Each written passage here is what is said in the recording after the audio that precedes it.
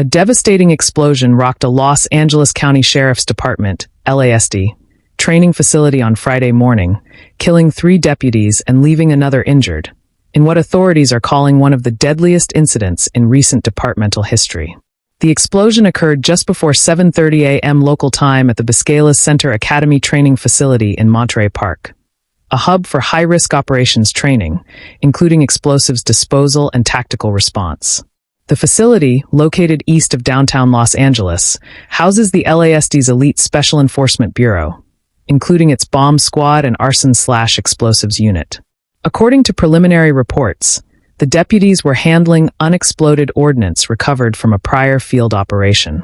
While transferring the device for controlled detonation or secure storage, it detonated unexpectedly, causing a powerful blast that destroyed multiple vehicles, shattered windows, and sent shockwaves across the compound. At least one other person sustained injuries and was rushed to a local hospital. The identities of the deceased have not yet been released, pending family notification. The explosion triggered an immediate multi-agency response. In addition to the LA County Fire Department and local first responders, federal agents from the FBI, ATF, Bureau of Alcohol, Tobacco, Firearms and Explosives, and the Department of Homeland Security were dispatched to assist with the investigation. Bomb squads from neighboring jurisdictions also arrived at the scene to ensure the area was safe. Helicopter footage showed scorched debris and shattered patrol units littering the facility's parking lot. Authorities cordoned off a wide perimeter as forensic investigators began piecing together the cause of the blast. The incident has sparked an outpouring of grief from both local and national leaders. Our hearts are broken. We lost 3 of our own today, highly trained deputies who dedicated their lives to protecting others, said Sheriff Robert Luna during a somber press briefing.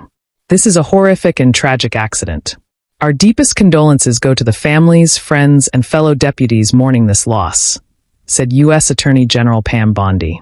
LA County Supervisor Catherine Barger issued a statement declaring the county stands united in grief and support, pledging resources for both the investigation and the victims' families. Governor Gavin Newsom's office also confirmed that the state is monitoring the situation closely and has offered full support to county and federal investigators. The Biscailuz Center is not just a police academy. It's home to some of the most dangerous and technically advanced operations in the state. Named after Eugene Biscailuz, a revered sheriff who served from 1932 to 1958, the facility has undergone several modernizations to accommodate new forms of training, including dealing with improvised explosives, active shooter drills, and hostage rescue operations. However, this tragedy is not without precedent.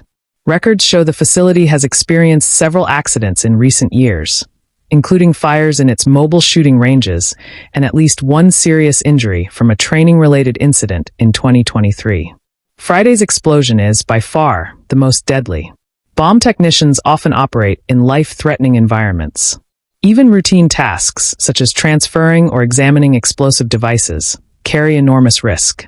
Many of the devices the bomb squad deals with are unstable, outdated, or makeshift, often recovered from criminal investigations or suspicious package calls.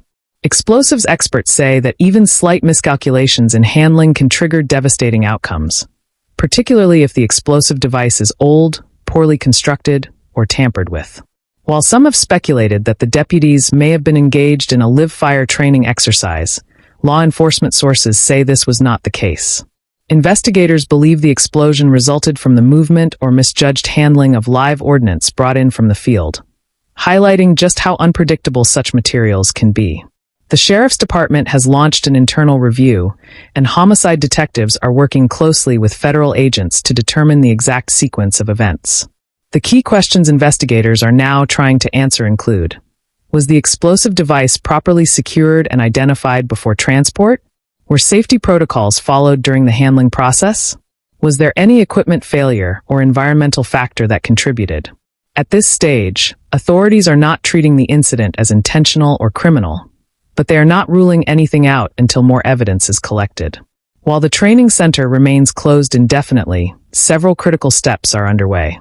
Bomb technicians and FBI agents are sweeping the site for evidence, residue, and materials to understand the nature of the explosion. Counseling services and financial assistance are being offered to the families and department personnel affected.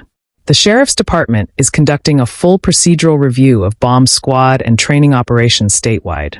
Authorities have promised transparency and expect to release more details within the coming days. The victims were part of an elite unit, trained to face danger so that others wouldn't have to. Their deaths serve as a grim reminder that even outside of the front lines, law enforcement officers often put their lives at risk while preparing for the worst-case scenarios. Colleagues have begun setting up a memorial outside the facility, with blue ribbons, candles, and handwritten notes from community members who have worked with the Sheriff's Department.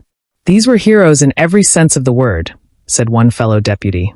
"And today we lost them not to violence or crime, but to the very danger they volunteered to protect us from." This tragic event will undoubtedly mark a turning point for how explosive-related training and ordnance handling is conducted within the Sheriff's Department and likely across other law enforcement agencies in the U.S.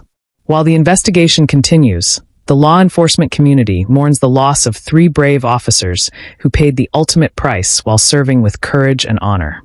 Story developing. Stay tuned for updates as official reports are released. Thanks for watching. This is the Continental Brief, and don't forget to subscribe to our channel, like and share.